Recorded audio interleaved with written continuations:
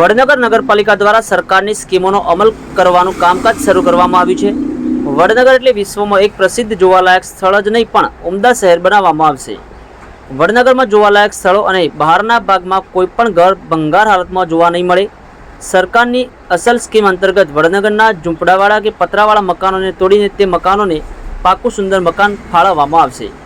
આવા મકાન માલિકોને ચીફ ઓફિસર ભરતભાઈ વ્યાસ પાસે રિક્વેસ્ટ કરતા આપ આવીને સર્વે કરો તેવું કહેવા જોવા મળ્યા।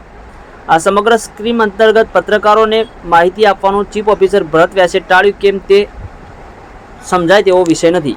વડનગર નગરપાલિકાના પ્રમુખ મિતિકાબેન શાહ અને ઉપપ્રમુખ જયંતિજી ઠાકોર સાથે ચેરમેન સમીરભાઈ પટેલે સરકારનો આભાર વ્યક્ત કર્યો। નગરપાલિકાના પ્રમુખ મિતિકાબેન નિલેશભાઈ શાહે મીડિયા સમક્ષ વડાપ્રધાન નરેન્દ્રભાઈ મોદીના માદરે વતન વડનગરને સરકારની સ્કીમ અંતર્ગત લાભાર્થીઓને લાભ મળશે તેવી વિગતો આપી હતી। Online TV news Farooq Memon Kheralu. દલાલી વેપારી થઈ ગયા ને તારે તો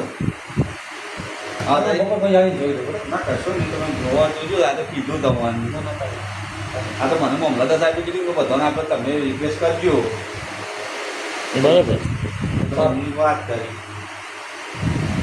બપોરે। બેન આપનું મિતિકાબેન શાહ, વડનગર નગરપાલિકા પ્રમુખ। વડનગરમાં સ્લમ ફી યોજના અંતર્ગત કેવું કામ થવાનું છે, કેટલા મકાનો આપવાના છે?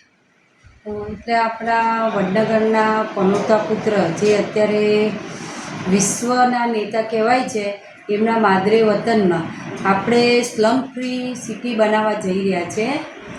એટલે કોઈ જ બહારની સાઈડ કોઈ ઝૂંપડપટ્ટી રહેશે નહીં અને આશરે લગભગ 300થી 400 ફેમિલી હશે કે જેમને આપણે એમને સારી સગવડ મળી રહે એ રીતના આપણે આવાસો બનાવવા જઈ રહ્યા છીએ।